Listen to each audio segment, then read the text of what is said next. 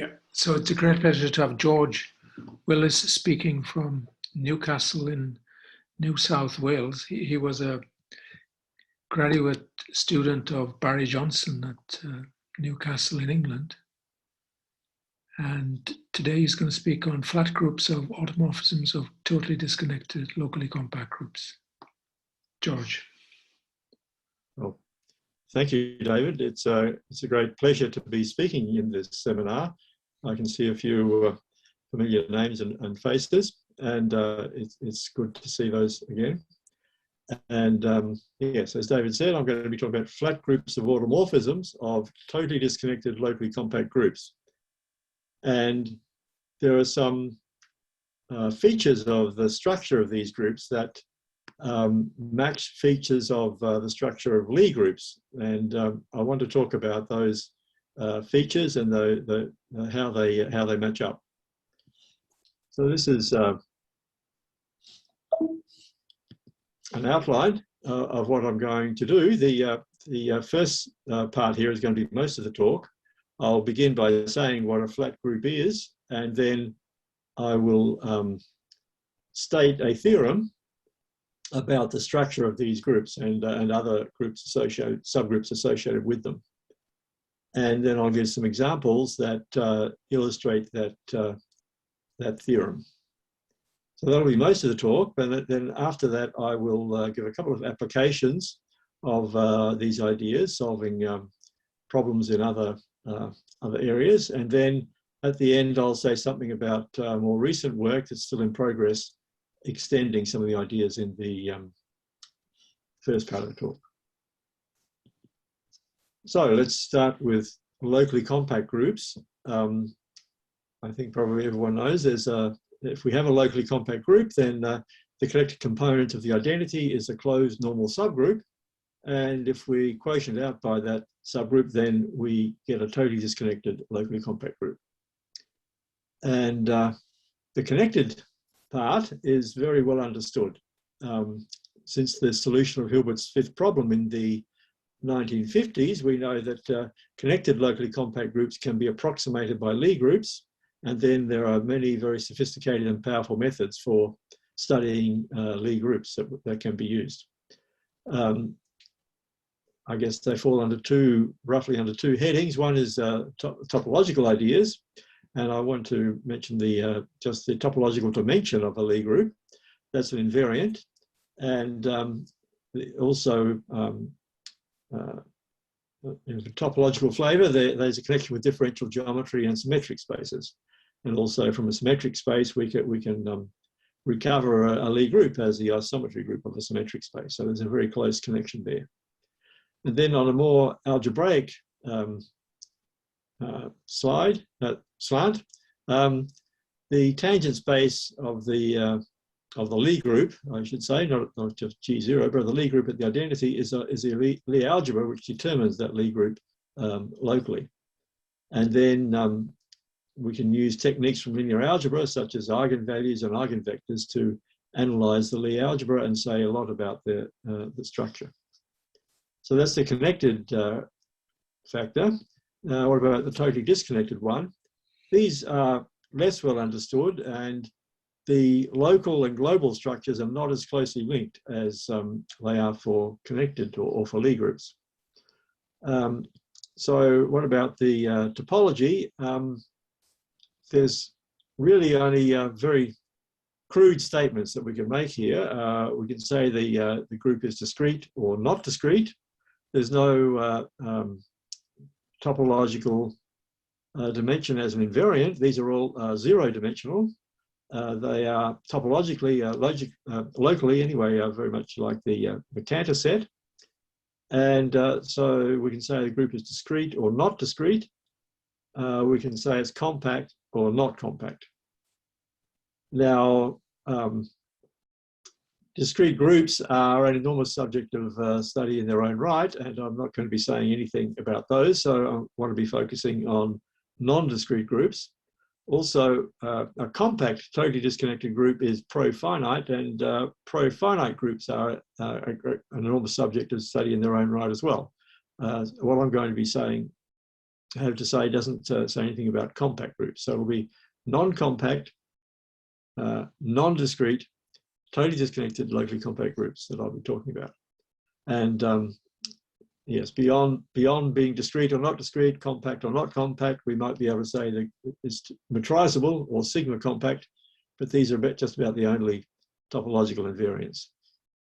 So topology doesn't tell us much. There's more to say with an algebraic flavour. So it's a theorem going back to Van Dantzig in the 1930s that every totally disconnected locally compact group has a compact open subgroup. And that's really a fundamental theorem, and that's really underpins just about everything that people do with totally disconnected locally compact groups. Also, in parallel with Lie groups, we can say something about the local structure. So we can talk about locally normal subgroups. So these are closed normal subgroups of a compact open subgroup, and these are analogues of ideals in a Lie algebra.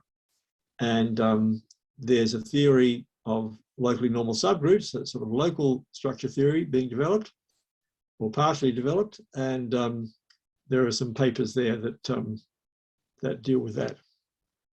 Then there are some ideas relating to the scale and tidy subgroups, and that's really what I'm going to be talking about today. They are they fill the roles of eigenvalues and eigenspaces in linear algebra. But also for the t.d.l.c groups, we can they act on locally finite graphs, vertex transitive graphs, and there's a close connection here. These vertex transitive graphs are something like the symmetric spaces for a Lie group. So every compactly generated, anyway, t.d.l.c group acts on a vertex transitively on a locally finite graph, and the automorphism groups of such graphs are t.d.l.c groups. And then there's particular graphs that people look at. There's the Cayley-Arbels graphs. I won't define them, but they're sometimes called rough Cayley graphs. They're some sort of analog of Cayley graph for a discrete group. But also there's a theory of buildings. Many t.d.l.c groups, such as p-adic semi-simple Lie groups, they act on buildings.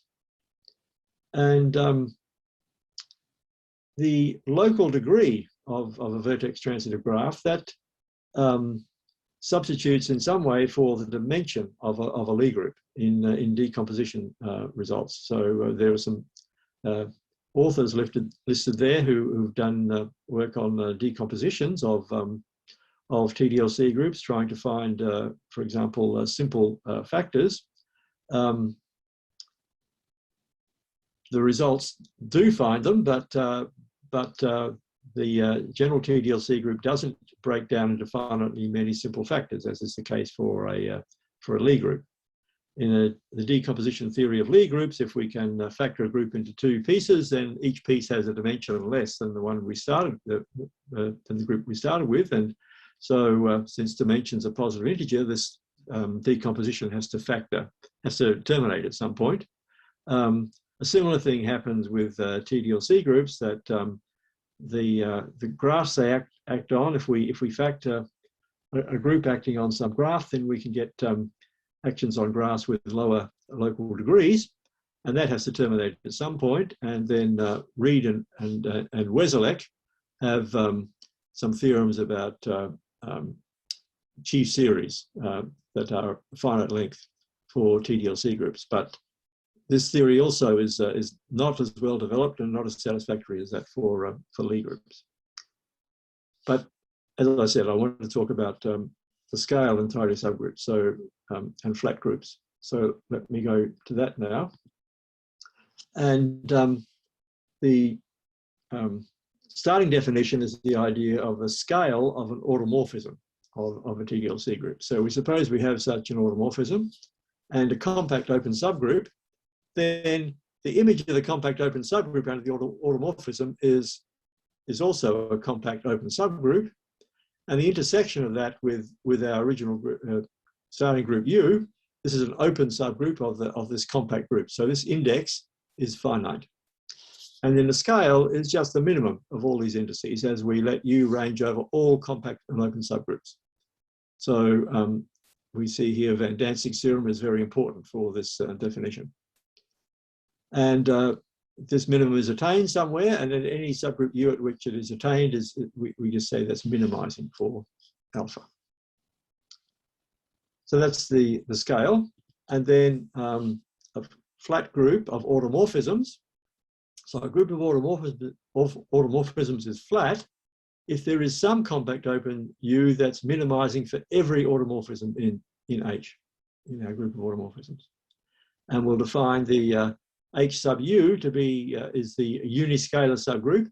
It's a set of all automorphisms in H that actually stabilize U, and so the inverse also stabilizes U. It's uniscalar because these are the elements of H such that the scale of alpha and the scale of alpha inverse are both equal to 1. And this is a normal subgroup of H. I should point out here that part of the definition is that we're starting with a group of automorphisms, and it's flat if U is minimizing for every alpha in the group. It's not true that if we have two automorphisms and a subgroup that's minimizing for both, then that subgroup is minimizing for the group they generate. So there's quite a lot of strength in this hypothesis that we actually have a group of automorphisms that has a common minimizing subgroup. So that's the definition. And then there's a theorem that tells us about flat groups, what they look like. So we suppose that we have some flat group, and we'll suppose also that the quotient by the uniscalar subgroup is finitely generated. There's a version of what I'm going to say for the general case, but it's easier to state for finitely generated groups. And we'll suppose that U is minimizing for H. Then there are various things that hold. First of all, this quotient by the uniscalar subgroup is a free abelian group with some rank R. Then secondly, there is some non-negative integer Q, and then there are subgroups of U, one for each J between 0 and Q, such that the following things hold for these subgroups. First of all, U0 is stabilized by every alpha in H. Also, if J is not 0, then alpha either shrinks Uj or expands Uj. This is for every alpha in H. Now, it's not the statement. The true statement here depends on alpha. It varies with alpha whether Uj is shrunk or expanded. And then finally, U is the product of these subgroups.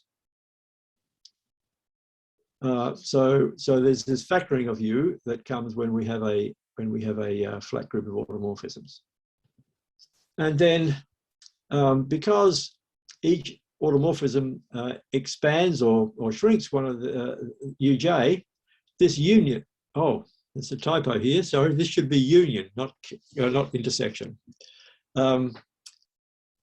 So yeah, this Uj tilde, the union of all the images of alpha Uj with alpha in H, this is a group that follows automatically from this condition here about expanding and shrinking. But we can also say that this is a closed group. So this group is closed when H is flat and U is minimizing.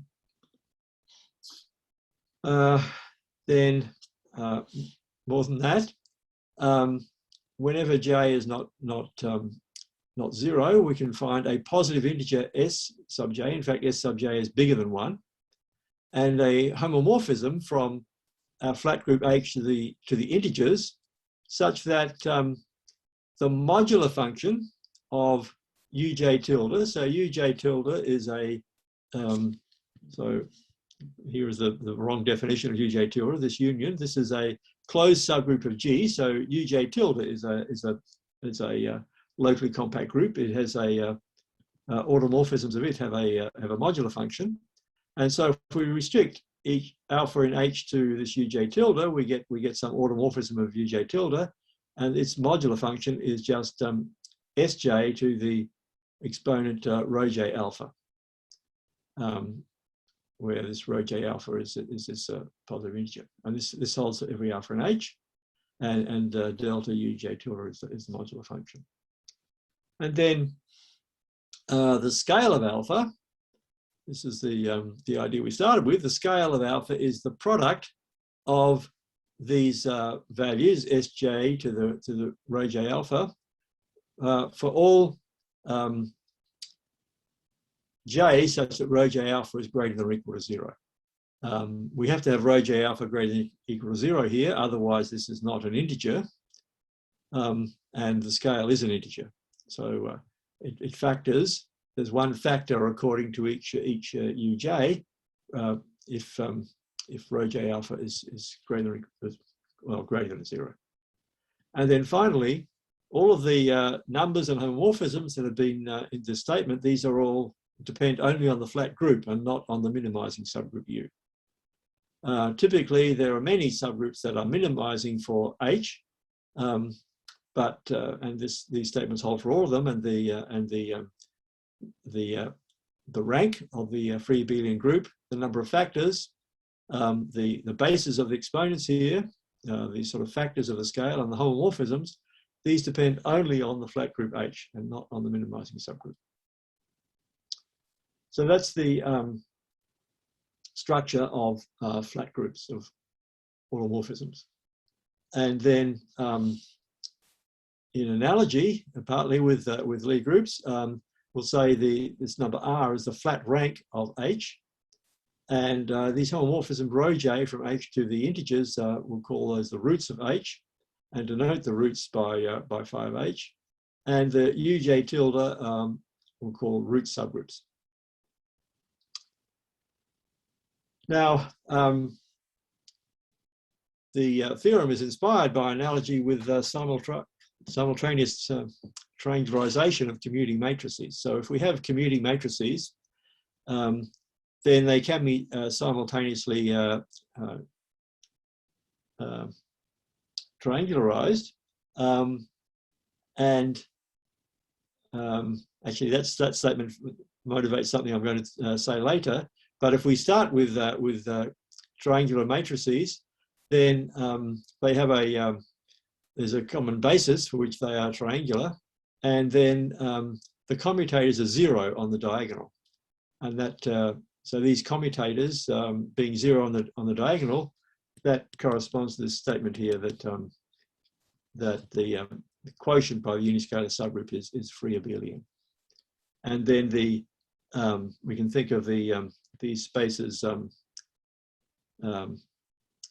uj tilde as being analogues of eigenspaces, and these restricted modular functions as being analogues of eigenvalues. So that's the analogy that motivates this. Now, I want to illustrate this with a couple of special cases. First of all, there's a very basic special case, and that is if we just take any singly generated subgroup of the automorphism group, that is flat. So singly generated groups are flat, and in that case, this number R must be 0 or 1, and Q has to be 0, 1, or 2. And conditions 2 and 3 in the previous theorem, they specialize to a definition of what it means for a U being tidy. So let me just reformulate those statements.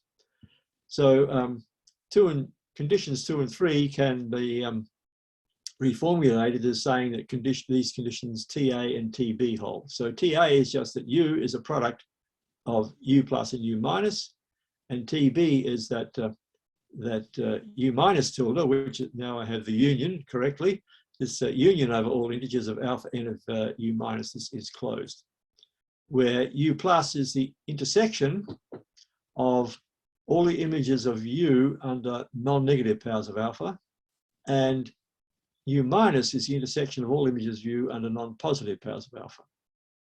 So these are two subgroups of U, and then these conditions TA and TB characterize when U is minimizing for alpha. And that's shown in these references.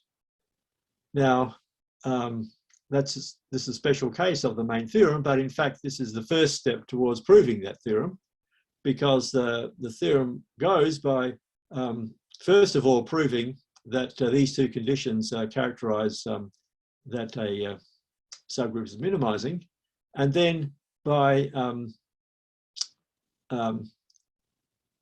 adding, if we have a flat group, adding more and more elements and progressively factoring these further. So, so if we start with a single element and then we add a second element in our flat group, then there's a factoring of U for that second element, but that splits U plus into two factors, or potentially two factors, and U minus into two factors.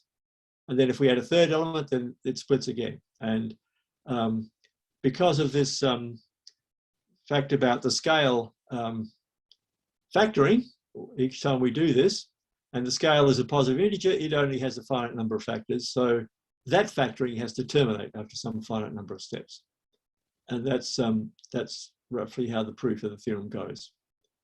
I should have said, I think, that just explaining TA and TB a little bit more, if R is 0, then in fact, U plus and U minus are both equal to U. So R equals 0 corresponds to the case when alpha of U is equal to U. So U plus and U minus are both equal to U in that case, and then Q is also 0. If R is 1, then Q can be 1 or 2. If Q is 1, then we have that U is equal to U plus and U minus is typically some small subgroup of U. Or so if Q is 1, U is equal to U plus or U minus. And then if Q is 2, then both U plus and U minus are proper subgroups of U. That's all that can happen when we have a singly generated group with higher flat rank. There's no bound on Q given R. So it can happen that R is 2 and Q is can be as large as we like. So there's no relation between Q and R once we go beyond the singly generated case. So here's a particular example of that singly generated case. If our group is the group of isometries of a regular tree, then it was shown by Jacques Tits that there are three types of isometries. There are rotations which fix a vertex. There are inversions that fix the midpoint of an edge and then swap the endpoints of that edge. Or there are hyperbolic elements that translate some infinite path. And I've drawn part of the path here, part of this axis that is translated. So, our automorphism or our isometry will send a V0 to some other vertex some distance d away. Now, how does the theorem work out in this case? Well, if we have a rotation that fixes a vertex V, then the stabilizer of V is actually left invariant under our isometry, or conjugation by our isometry. I should say now our automorphism of the group is the inner automorphism given by X. So if X fixes V, we take the inner automorphism. It leaves the stabilizer of V invariant and the scale then is 1. Similarly, if we have an inversion, then it leaves the intersection of the stabilizer of V1 and the stabilizer of V2 invariant. And again, the scale is 1. If we have a translation, then the stabilizer of V0 intersected with the stabilizer of V1, so two vertices on our axis. This subgroup is not invariant anymore, but it is minimizing. And the scale in this case is Q to the power D, where Q is the one less than the local degree of the tree, and d is the distance that that x translates along the axis. So that's how things work out in that case. Now I'd like to give a higher rank example. So now the group is a special linear group of the p-adic numbers. And for each element of the group, we'll say alpha sub d of g is just the inner automorphism given by that element. And we'll take h to be the group of inner automorphisms given by the diagonal elements in SLN. So that it turns out then that if we define U to be the set of elements of SLN with p-adic integer entries, and such that above the diagonal we have a multiple of p, then that subgroup is minimizing for H. SLN of the p-adic integers itself is not minimizing. We have to require that we have multiples of p above the diagonal. Simple explanation of that is that the factoring into U plus by U minus doesn't happen in SLN of ZP. It's easy to find examples of matrices in here that don't factor in that way, but this requirement forces all the diagonal entries to be not multiples of p. They have a p-adic absolute value of 1, not less than 1. And the factoring then comes about. It's related to the factoring of a matrix into upper and lower triangular matrices. Anyway, this U is minimizing, and so H is flat in that case. And then what are all of the ingredients of the theorem? What do they look like? Well, first of all, the uniscalar subgroup is a set of all alpha coming from diagonal elements where the diagonal entries are p-adic integers. And the quotient of H by the uniscalar subgroup is Z to the n minus 1. So the flat rank in that case is equal to the usual rank, the usual Lie group rank of SLN. It's n minus 1. U sub 0 is the set of diagonal matrices with p-adic integer entries. And then the root subgroups are, there's one for each R and S between 1 and n not equal. So there are n squared minus n of them. And they are of the form that we have 1 on the diagonal and then non-zero entries in one position off the diagonal. So the RS position. So for each RS with R not equal to S, we get one of these subgroups. 1's on the diagonal. Non-zero entries in the RS position and 0 everywhere else. So these are the usual root subgroups of SLN, corresponding to a Cartan subgroup, which is the group of diagonal matrices. So that's the higher rank example, and you can see there's a very close connection there between the general theorem and that particular case. Now, what are some conditions on groups of automorphisms that imply that they are flat? How can we find flat groups of automorphisms? Well, here's a theorem that tells us if we have some group of automorphisms, then H is flat if it's finitely generated and nilpotent. And if it's polycyclic, that is, if it has some composition series where each of the factors is a cyclic group. If it's polycyclic, then it's virtually flat. Yeah, so they are two cases in which we can find flat groups. But in general, there's no nice way to find flat groups of automorphisms. This is where the analogy with linear algebra breaks down.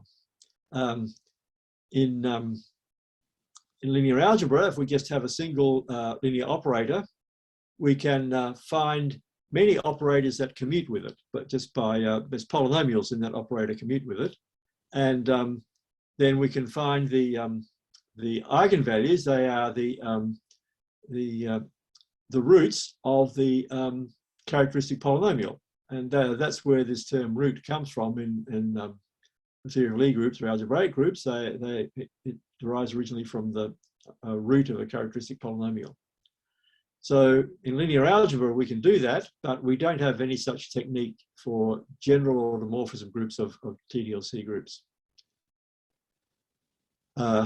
Yeah, so because we can not only take powers of linear operators, but also linear combinations of them, that allows us to generate many operators that commute with our given one. And the spectrum of eigenvalues is an artifact of that algebra, not of the operator by itself. We can't do that for automorphisms. We can only multiply them. We can't take linear combinations in general.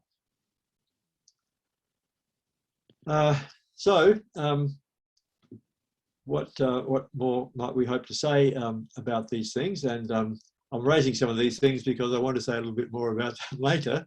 So here are some questions. Can the analogy with root groups and Lie groups of Lie groups be taken any further? Is there some way of addressing this problem that I just mentioned that we can't generally find flat groups with higher flat rank unless we happen to find a nilpotent group of automorphisms or an abelian group of automorphisms? Also, and these two questions I will say something a bit more about later. Also, if we had some finitely generated group of inner automorphisms, then that's flat, and then we think about varying our generating set continuously, does flatness depend continuously on the generating set? I won't say anything more about that, but that seems to be the case, and I'm working on that at the moment. Also, and this is something that seems to be quite difficult. I've been talking about automorphisms up till now. The results I mentioned earlier for a single automorphism, in fact, extend to endomorphisms. So the notion of scale and tidy subgroup, they extend to endomorphisms. Again, that's the analogy with linear algebra. So we're going from invertible linear operators to just any linear operators. Things extend that far, but so far we don't know how to extend the flatness idea to semigroups of endomorphisms. Yeah, that seems quite difficult, and there's less to work with when we talk about semigroups of endomorphisms rather than groups of automorphisms.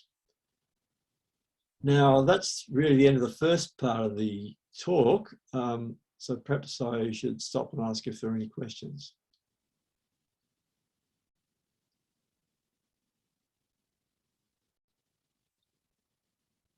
If not, I'll go in and I'll go on and I'll talk about a couple of applications. How am I going for time, by the way? Oh, you've got another 20 minutes or so. Right, okay. I might, maybe I've been going a bit fast. I might finish a bit early. So here's an application, and this really is the where these ideas started, is with random walks on locally compact groups. So here's a theorem. Suppose we have some probability measure mu on our locally compact group G, and now G is any locally compact group, not just t.d.l.c. Then there are two possibilities. Either if we take the supremum of the following set, so for each compact subset K of our group, we take the supremum, we fix n, we take the supremum over all x in G of the measure of mu to the nth convolution power of mu on the translate of K by x. we take the supremum of that over all x in G, and n and k are fixed. But then we ask whether this goes to 0 as n goes to infinity for every compact subset of G. That can happen. What this is saying, well, the term that's used is that the concentration functions converge to 0. The idea here is that this is measuring how dispersed the mass becomes as we take convolution powers. Does it become more and more spread out and dispersed as we take convolution powers? So if it does, then these concentration functions tend to 0. Now, one obvious situation which that does not happen is that if we have some compact subgroup of our group and some x in G that normalizes that compact subgroup, then if the support of mu is contained in this coset of XL. So if the measure of this coset is 1, what happens in that case is when we take the convolution power, the nth convolution power of mu is supported on XNL. And so the measure of this coset is 1. So the concentration function definitely doesn't go to 0 in that case. And the theorem is that only one of these two things happen. Either the concentration functions go to 0, or the support of our probability measure is like this on this coset. Now, this theorem was proved by Karl Hoffmann and Arun Mukherjee in around about 1980. They relied on another paper, which was a general paper about random walks, and they showed that if G is connected, then the theorem holds. And the way they proved it was that they used approximation by Lie groups. So yeah, they reduce it to the case where we have a Lie group, and then they have all the machinery of Lie groups that they can use to prove this. And they, at one point in their argument, they use the fact that an element, or x, actually the x where the sort of putative element x that we're talking about here, this, if we look at the that in the adjoint representation, then all of its eigenvalues have absolute value 1. That's a key point in their argument. So of the case for connected groups, they didn't prove it for totally disconnected groups, but they reduced it to a problem about the structure of totally disconnected locally compact groups. And this question was answered using the notion of tidy subgroup, and really that notion came about in an attempt to answer that question. So that's one application of the scale in tidy subgroups, not of flatness as such, but here's another application that does use flatness. And I've got a sort of special case of a particular case of the statement of the full theorem, because there are not so many technicalities in stating this case. So we suppose now that we have some subgroup of special linear group over the rationals with n at least 3. So the rank now is this is a higher rank case. The rank is greater than 1, and we suppose our gamma is an S arithmetic group. And we suppose then we have some homomorphism from gamma into some t.d.l.c group G. Then again, there are only two possibilities: either the image is discrete, or, and this is really the rigidity statement, it extends to a t.d.l.c group that this group naturally sits inside. So, so this arithmetic group gamma has an embedding into SLN of the, this is the ring of Adels, ring of finite Adels. So this this group is actually a restricted direct product of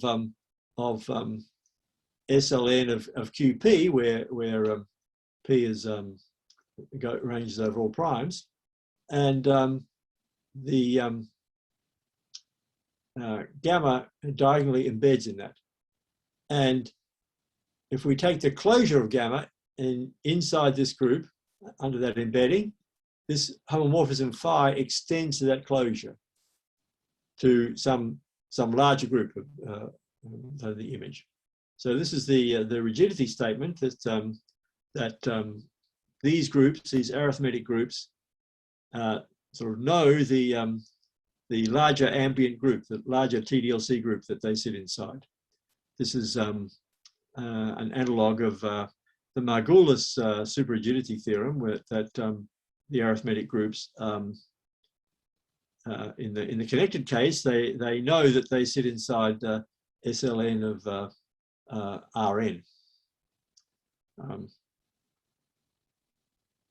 Yeah, I won't go into more details there, but that's it's an analogue of that theorem for totally disconnected groups. Now, this theorem and the more general full statement that I haven't given, this proves a conjecture of Margulis and Zimmer that was made again about 1980, I think, or late 1970s. And the proof uses, at one part of it anyway, it uses flatness, because the subgroup N of upper triangular unipotent matrices in SLN of the integers, that's a finitely generated and non-abelian nilpotent group. So its image under this homomorphism phi is flat. And then since N is non-abelian, that's where the higher rank comes in, because if N is 2, then N is abelian, but it's just the integers. But when N is at least 3, this is non-abelian, and that tells us that the uniscalars, the image, the uniscalar subgroup of the image is non-trivial, and that's an important step in the proof. But it's only a step. There are two other really fairly deep theorems that have to be appealed to as well. One is a theorem by Bergman and Lenstra, which extended a theorem of Peter Neumann about groups being close to a compact open subgroup actually having to be groups close to being normalized actually have to be close to a normal subgroup. And then there's a notion of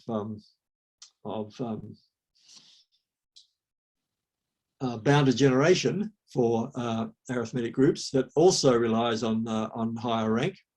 That's used as well. And then with that argument, we can reduce to the Margulis normal subgroup theorem, which again relies on higher rank. So the fact that we have higher rank here is used at 3 points. One in applying where we use flatness, once with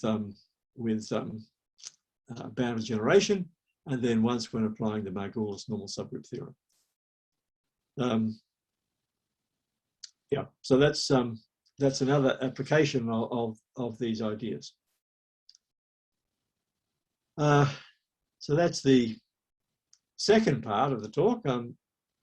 Perhaps I'll stop again and see if there are any questions.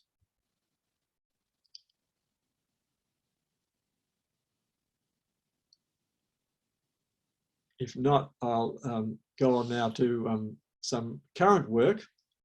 I mentioned before that it would be good to extend the analogy with root subgroups further. And so here is some work in progress that's doing that. So remember, if we have a flat group and a compact open subgroup U that's tidy or minimizing for it, then the set of roots is 5H, and Uj tilde is the root subgroup corresponding to the root rho j.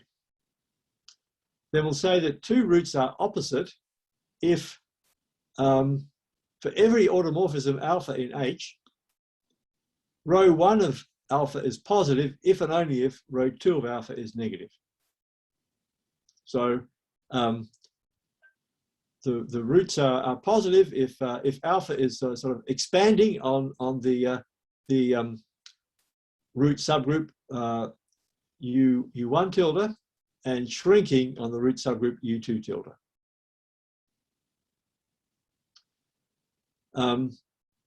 So that's opposite. Now, if two roots are not opposite, then we'll define a set of roots. This is meant to be like an interval notation. A set of roots is just between row 1 and row 2 is a set of all roots such that if row 1 of alpha and row 2 of alpha are both negative, which can happen if they're not opposite, then that implies that row alpha is negative. So this is the set of roots between row 1 and row 2. And then there's this sort of open interval notation. That's the interval row 1, row 2, but we're not including row 1 and row 2. So that's the definition. And then what can be shown about this is that if we have two roots that are not opposite, then if we take the product of all of the root subgroups for roots in this interval between row 1 and row 2, that product is a group. It's a closed subgroup of G. And similarly, if we take the product of all the subgroups in the where we don't include row 1, row 2, that's also a closed subgroup. And then if we take the commutator subgroup of the two root subgroups, that's contained in the product of the roots subgroups where row is strictly between row 1 and row 2. So it's strictly, the commutator is strictly inside the interval between row 1 and row 2. Now, what this means in particular is that if actually there are no other roots between row 1 and row 2, then the corresponding root subgroups commute. If there's only one, row 3, between row 1 and row 2, then the commutator subgroup is actually contained in the center of the root subgroup U3. I said in particular, actually this statement that we're in the center is stronger than what's included above, that we can prove a bit more. And that's why I'm saying this is work in progress, because I think there's more to be said here than that statement, and that's what I'm working on. And so this is saying that non-opposite roots satisfy something like a nilpotency condition. There's a notion of pre-nilpotent pair in the theory of algebraic groups, and that's what this is saying. And something like that holds for roots of flat groups of automorphisms of a t.d.l.c group. But the group generated by U1 tilde and U2 tilde is not, in general, nilpotent, because the root subgroups themselves need not be. In the case of Lie groups and algebraic groups, the root subgroups are nilpotent, but in our situation, the root subgroups themselves need not be nilpotent. But I think the commutator subgroup is nilpotent.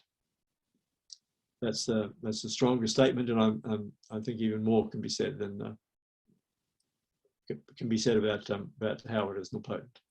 Then yeah, so that's the root subgroups and commutators. So I think there is a lot more to be said, pushing the analogy with root subgroups further. Now, it would also be good to be able to enlarge flat groups. I said before that the analogy with linear algebra doesn't go beyond, doesn't extend to the characteristic polynomial, and which is where the term root comes from. Now, in many cases, we don't expect to be able to go beyond rank 1. For example, it can be shown if the group is if the group G is hyperbolic, there's a notion of hyperbolic t.d.l.c group that that generalizes the notion of hyperbolic discrete group. If the group is hyperbolic, then the flat rank, maximal possible flat rank is 1 or 0. But there is a criterion that does allow us to increase the flat rank, and this too is well, has to be written up yet. I think this is I don't know. There's a lot more to be proved here, but it has to be written up. So suppose we have some element of our group G. So we're talking about inner automorphisms now, and the scale of that element is bigger than 1. So that tells us that that X generates a rank 1 subgroup. Then the Levy subgroup of X is defined to be the set of all elements of G, such that, and I see that I corrected one typo here and not another. This should be ranging over all integers, not just the non-negative ones. So if we look at the orbit of y under x, that should have compact closure. Every such y is these are in what are called the Levy subgroup, and this is a closed subgroup of G. It takes some proving. It uses some ideas from. It uses tidy subgroups and the scale to show that this is actually a closed subgroup of G. And now suppose that we have some element of our Levy subgroup whose scale also is bigger than 1. So Y generates a rank 1 group. Then we can find, we can't say that X and Y themselves generate a flat group. That can fail to happen. But we can modify X to come up with some element X tilde, such that X is not very far from, X tilde is not very far from X. It has the same Levy subgroup and the same scale. Actually, no, not the same scale. The scale of X tilde is the power of the scale of X. One of the modifications we have to make of X is to replace it, possibly replace it by a power of itself, but there's another second modification. But also the X tilde has the same contraction group as X. So the contraction group of X is the set of all elements such that if we conjugate by powers of X, then the conjugates converge to identity. So X tilde has the same contraction group for X. So X tilde is not far away from X. The group, X tilde and Y don't necessarily commute, but their commutator generates a compact subgroup of G. So the commutator is small. And that the group generated by X tilde and Y is flat, and it has rank 2. So we can, if we happen to be able to find a Y in our Levy subgroup with scale bigger than 1, then we can push the rank up to 2. And I haven't written it down, but this continues. There's a common Levy subgroup for X and Y. If we can find a Z now with scale bigger than 1 in that common Levy subgroup, then we can push the scale, the flat rank up to 3. So that's so there is this result now that we can increase the flat rank. And well, that's all I wanted to say. There's some references here, and that's it. Thank you.